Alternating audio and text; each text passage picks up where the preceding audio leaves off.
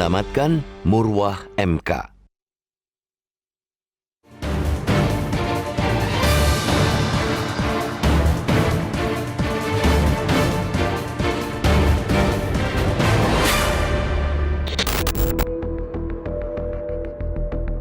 Akibat laku menyimpang yang diduga dilakukan orang dalam, Murwah, integritas dan kredibilitas Mahkamah Konstitusi menukik tajam. Ia harus segera diselamatkan jika tidak ingin benar-benar tenggelam. MK sedang mempertaruhkan eksistensinya. Putusan gugatan uji materi terkait dengan batas usia minimal calon presiden dan calon wakil presiden di Undang-Undang tentang Pemilu membuat penjaga konstitusi itu mendapat sorotan buruk, sangat buruk.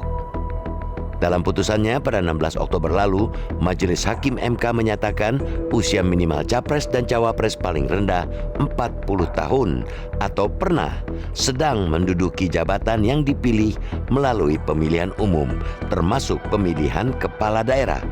Putusan itu tak cuma kontroversial, tapi juga kental dengan aroma permainan politik dan campur tangan kekuasaan. Putusan MK itu diyakini publik sebagai siasat MK pembuka jalan bagi Wali Kota Surakarta Gibran Rakabuming Raka untuk bisa berkompetisi di Pilpres 2024 sebagai cawapres. Gibran yang berusia 36 tahun ialah putra sulung Presiden Joko Widodo. Dia juga keponakan Ketua MK Anwar Usman. Bangsa ini menjadi saksi bahwa Gibran akhirnya menjadi cawapres pendamping Prabowo Subianto. Putusan itu dipersoalkan karena proses pengambilannya tak seperti biasanya. Tak cuma publik, anggota Majelis Hakim MK pun mempermasalahkan. Saldi Isra yang memberikan dissenting opinion, amsalnya menyebut putusan tersebut membingungkan, jauh di luar batas penalaran dan aneh luar biasa. Dinamika pengambilan putusan juga menimbulkan tanda tanya besar, amat besar. Versi Saldi, ada perubahan pendirian hakim dari menolak dalam perkara yang Anwar Usman tak ikut memutus, menjadi mengabulkan di perkara yang melibatkan Anwar dalam pengambilan putusan. Putusan MK memang final dan mengikat. Namun, jika putusan dibuat serampangan, suka-suka, tak independen karena takluk pada kekuasaan, Murwah MK jelas dipertaruhkan. MK ialah lembaga negara pengawal konstitusi yang memiliki kewenangan memutus pada tingkat pertama dan terakhir.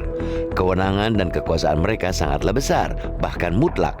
Padahal, kekuasaan yang besar, apalagi mutlak, sangat dekat dengan penyelewengan. Bahwa MK harus diselamatkan, kita sepakat. Rakyat tak ingin lembaga yang begitu mulia dikendalikan oleh orang-orang yang menggadaikan kemuliaan. Publik tak mau lembaga yang begitu terhormat diisi oleh hakim yang melacurkan kehormatan. Pada konteks itu, kepedulian masyarakat dengan melaporkan dan mengadukan dugaan pelanggaran etik oleh pengambil putusan soal atas usia capres-cawapres patut didukung. Sikap MK yang cepat membentuk Majelis Kehormatan MK pun layak disambut positif. Dalam pengumumannya kemarin, MK Jimli Asyidiki mewakili unsur masyarakat, Bintan Saragi mewakili akademisi, dan Wahiduddin Adams mewakili hakim konstitusi yang masih aktif. Saat ini memang baru MK yang menjadi instrumen untuk menangani pelanggaran etik dan perilaku hakim konstitusi. MK juga masih bersifat ad hoc. Ia baru dibentuk ketika ada perkara dugaan pelanggaran yang dilakukan para wakil Tuhan di muka bumi itu. Karena itu pula, mau tidak mau, suka tidak suka, kita berharap kepada mereka untuk menyelamatkan Murwah MK. Menyelamatkan MK yang nyaris roboh karena putusan norak soal usia capres-cawapres berarti harus menindak tegas hakim-hakim yang berperilaku celak. Itulah yang mutlak ditunjukkan Jimli dan kawan-kawan. Dugaan penyimpangan dalam putusan itu terang benderang, tidak samar-samar, sehingga semestinya tak terlalu sulit bagi mereka untuk mencari siapa yang melanggar. Tinggal kemauan dan keberanian yang berbicara yang menentukan.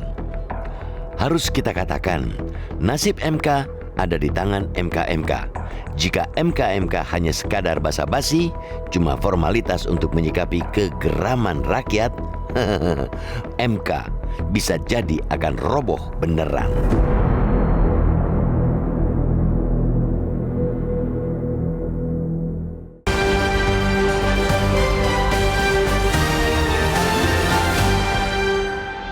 Jelajahi cara baru mendapatkan informasi. Download Metro TV Extend sekarang.